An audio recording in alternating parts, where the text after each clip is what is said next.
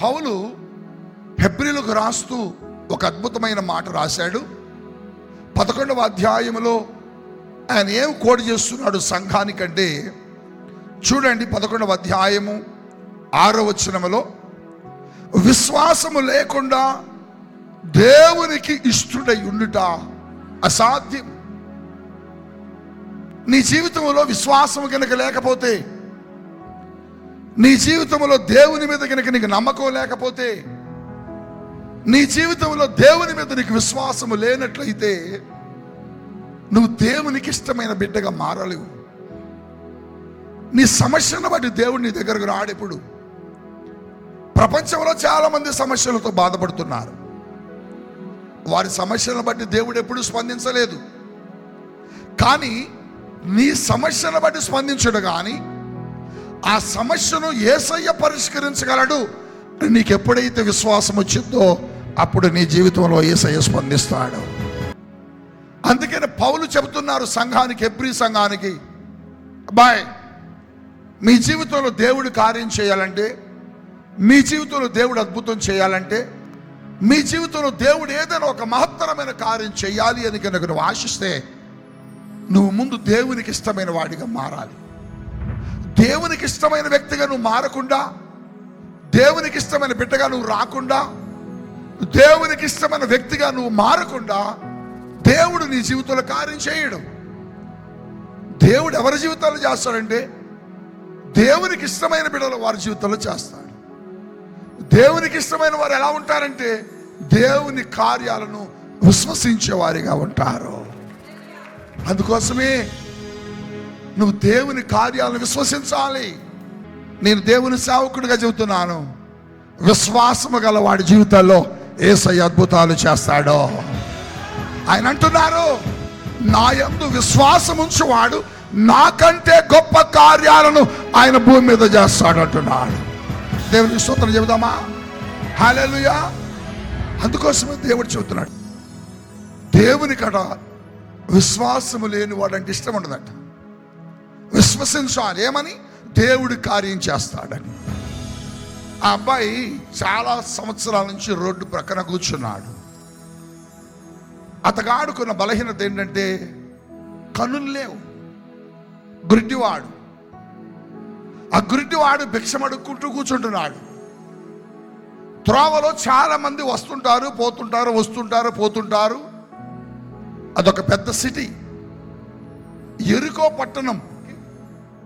ఆ దినాల్లో ఎరుకో పట్టణం పెద్ద వ్యాపార కేంద్రం. వ్యాపార కేంద్రం ఉన్న చోటికి ఎక్కువ మంది మనుషులు వచ్చి వెళ్తూ ఉంటారు. అలాంటి స్థలంలో అతను అడుక్కుంటున్నాడు. తన బాధ, తన సమస్య, తన వేదన ఏంటంటే కనులు లేవు. పుట్టిన దగ్గర నుంచి అదే సమస్య అబ్బాయికి. ఒక రోజున యెరూషలేముకి వెళ్తున్నారు. యేసయ్య బయలుదేరి ఎరుకో నుంచి యెరూషలేమును టచ్ చేయాలంటే ఖచ్చితంగా ఎరుకో పట్టణం టచ్ చేయాల్సిందే.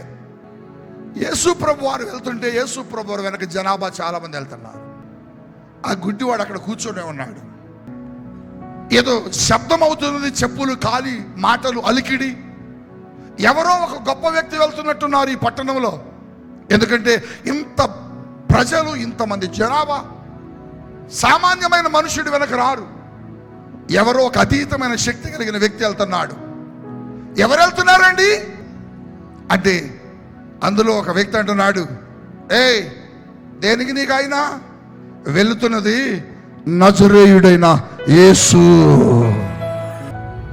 యేసు ప్రభు వెళ్తున్నాడు. యేసు ప్రభు వెళ్తున్నాడు అనగానే ఆ అబ్బాయి, ఆ గుడ్డివాడు వీడు చెయ్యి వదిలేసి, ఓ యేసు, ఓ దావీదు కుమారుడా అని కేకలు వేయడం ప్రారంభించాడు. గట్టిగా హల్లెలూయా. యేసు, ఓ దావీదు కుమారుడా అని కేక వేయగానే యేసట అంతటా నిలిచెను. యేసు ప్రభు ఆగిపోయి, ఏయ్, ఎవరని పిలిచింది అన్నాడు. ఇతరే ప్రభు అన్నాడు. అతన్ని నా దగ్గర తీసుకొని రండి పోడు అన్నాడు. అతను తీసుకొచ్చి యేసు ప్రభు ముందు నుంచోబెట్టాడు. ఏమి నన్ను కేకేసావు? నేనేమి చేయాలని పిలిచావు చెప్పన్నాడు. అయ్యా, నేను పుట్టుక నుంచి గుడ్డివాడిని, నా జీవితం చాలా చీకటిగా అంధకారంగా ఉంది,